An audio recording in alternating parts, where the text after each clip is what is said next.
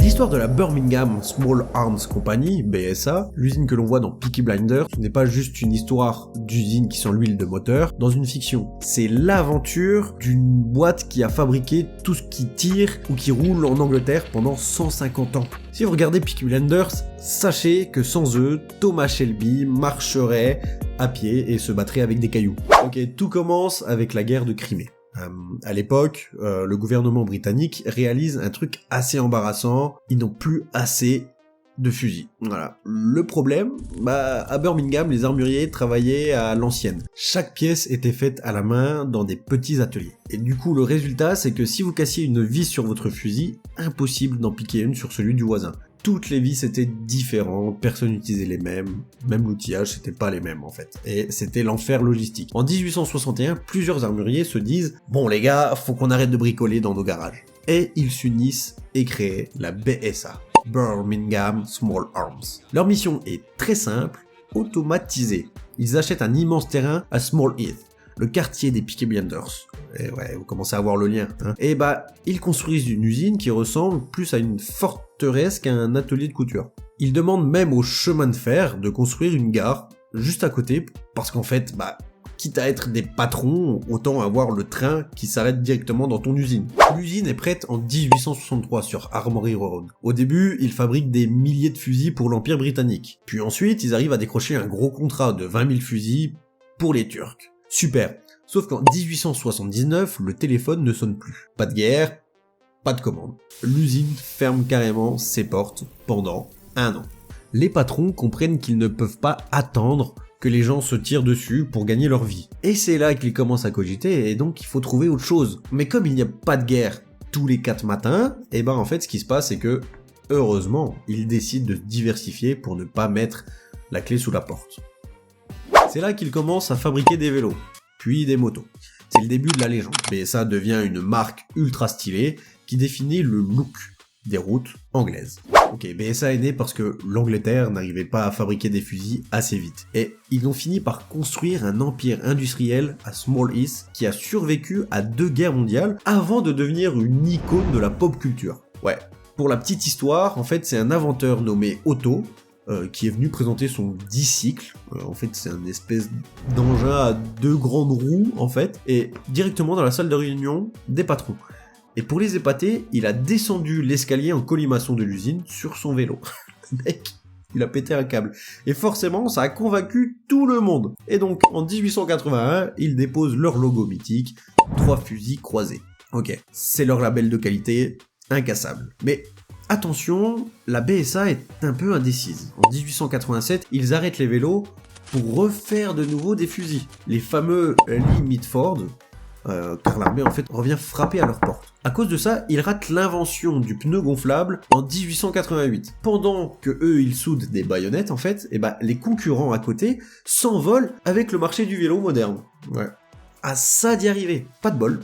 Mais bon, finalement, au début du XXe siècle, ils se disent que mettre un moteur sur un cadre, c'est quand même plus fun. Et c'est là qu'en 1910, ils sortent la 3.5 HP, leur première vraie moto de série. Ok, c'est un carton total, toutes les motos sont vendues avant même d'être fabriquées, et pour couronner le tout, ils rachètent Daimler, les voitures de luxe. La BSA n'est plus une petite forge de quartier, c'est devenu un géant qui fabrique des flingues pour les soldats, des vélos pour les facteurs et des voitures de luxe pour les riches. Voilà, ils ont tout englobé et tout est fait. Et quand la première guerre mondiale éclate, la BSA arrête de rigoler. Là, c'est fini les vélos de loisirs, tout le monde se met au boulot pour l'armée.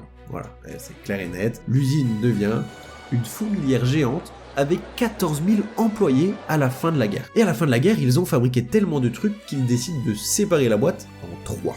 BSA Cycles, vélo et moto, BSA Guns, flingues tout simplement, et BSA Tools, ils fabriquent les outils.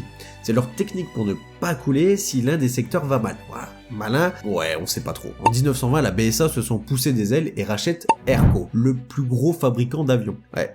Et c'était pas vraiment le bon timing à ce moment-là. La paix est là et plus personne n'a besoin d'avions de chasse. Donc la division se casse la figure sans même avoir été créée. Mais comme ils retombent toujours sur leurs pattes, ils récupèrent les restes pour créer une compagnie aérienne qui deviendra plus tard la célèbre, Imperial Airways, on va le faire en français, l'ancêtre de British Airways. Et en 1924, la BSA veut montrer que ces motos sont du béton. Ok, donc pour ça, ils vont faire comment? Leur idée, faire monter 4 motos en haut du mont Snowdown, le plus haut sommet du pays de Galles, en fait. Ok, spoiler, en fait, ils y arrivent. Ils arrivent tout en haut, voilà. C'est le buzz de l'époque, c'est le truc qui fonctionne, et tout le monde veut une BSA parce qu'elle est réputée increvable. Voilà, elle est réputée increvable. Ils sortent 2 modèles super classe comme la Sloper ou la Blue Star. Pendant que tout le monde s'amuse à moto, la direction de la BSA commence à sentir que ça va un peu chauffer en Europe. Vous savez, il y a un petit monsieur moustachu là qui commence à titiller tout le monde. Dès 1935, alors que personne ne veut encore parler de guerre, ils sortent le carnet de chèques pour moderniser leur machine à fabriquer des armes. Ils se disent on va prendre de nouvelles machines. Ils savaient que les fusils allaient bientôt redevenir plus populaires que les vélos ou les motos. Donc pendant la Seconde Guerre mondiale, la BSA, ce n'est plus seulement une usine, c'est le cœur qui bat de l'armée britannique. Voilà, c'est simple. Sans eux, les soldats n'auraient eu que leurs poings pour se battre, Et pour éviter de tout perdre en une seule bombe, BSA s'éparpille. Elle finit par diriger 67 sites différents et emploie 30 000 personnes. Ils fabriquent de tout. C'est simple, les mitrailleuses pour les célèbres avions, les Spitfire, des fusils anti-char, et bien sûr la fameuse BSA M20, la moto tout-terrain qui a servi de taxi aux soldats sur tous les fronts. Ils en ont fabriqué plus de 126 000.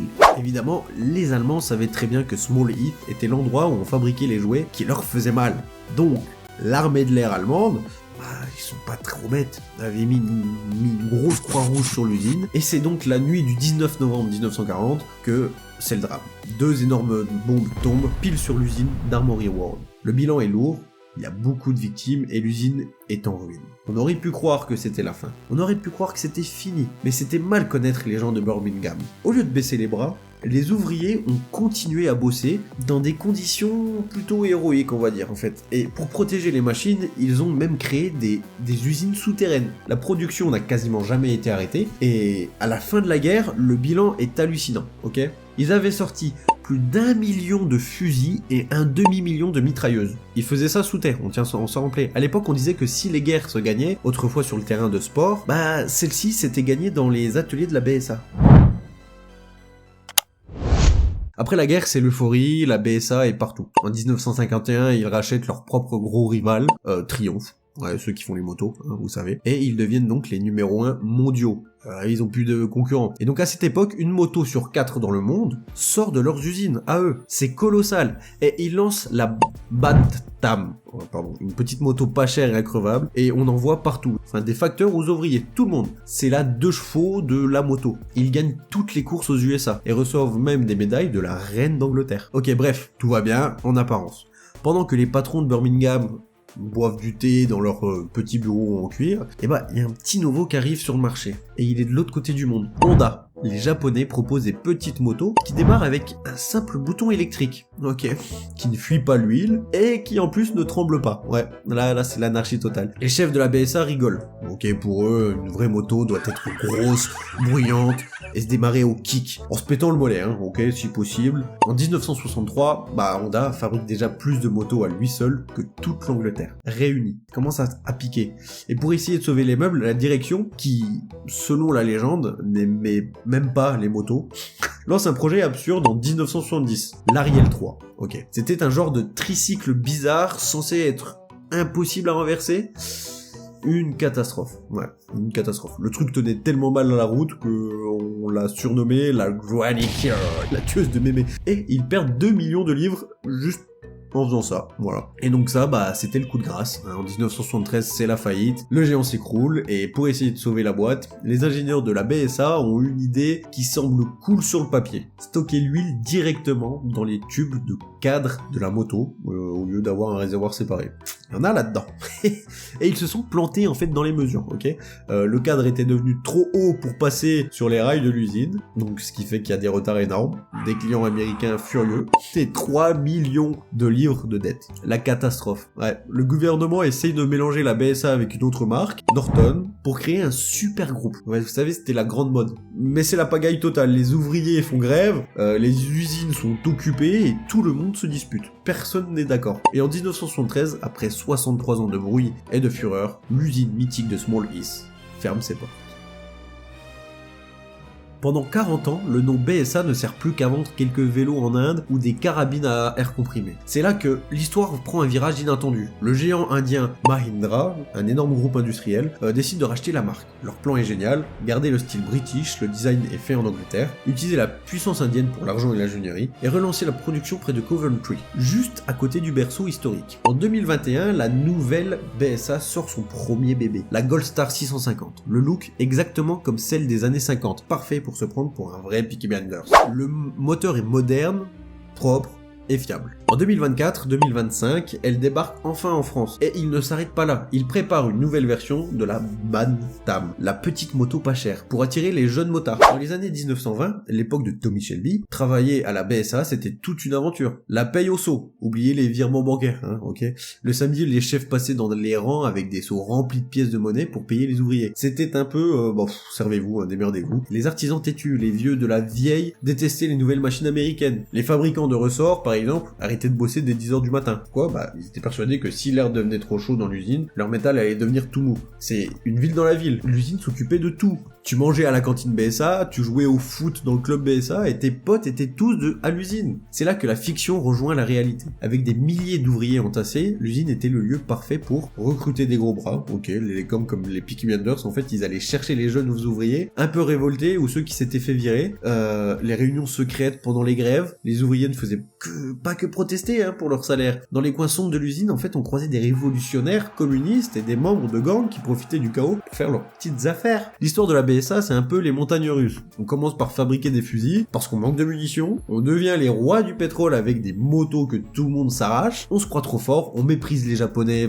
on se dit ah c'est un petit pays de rien du tout, on fabrique un tricycle pourri mais à chier, la tueuse de mémé, et on finit par mettre la clé sous la porte. On revient en force grâce à l'Inde, avec un look vintage mais un moteur qui ne vous lâche pas au milieu de la route. Peaky Blinders t'a montré les Shelby, moi je t'ai montré l'industrie. Et l'industrie mérite mieux qu'un décor de série télévisée. Alors abonne-toi, on a beaucoup de boulot.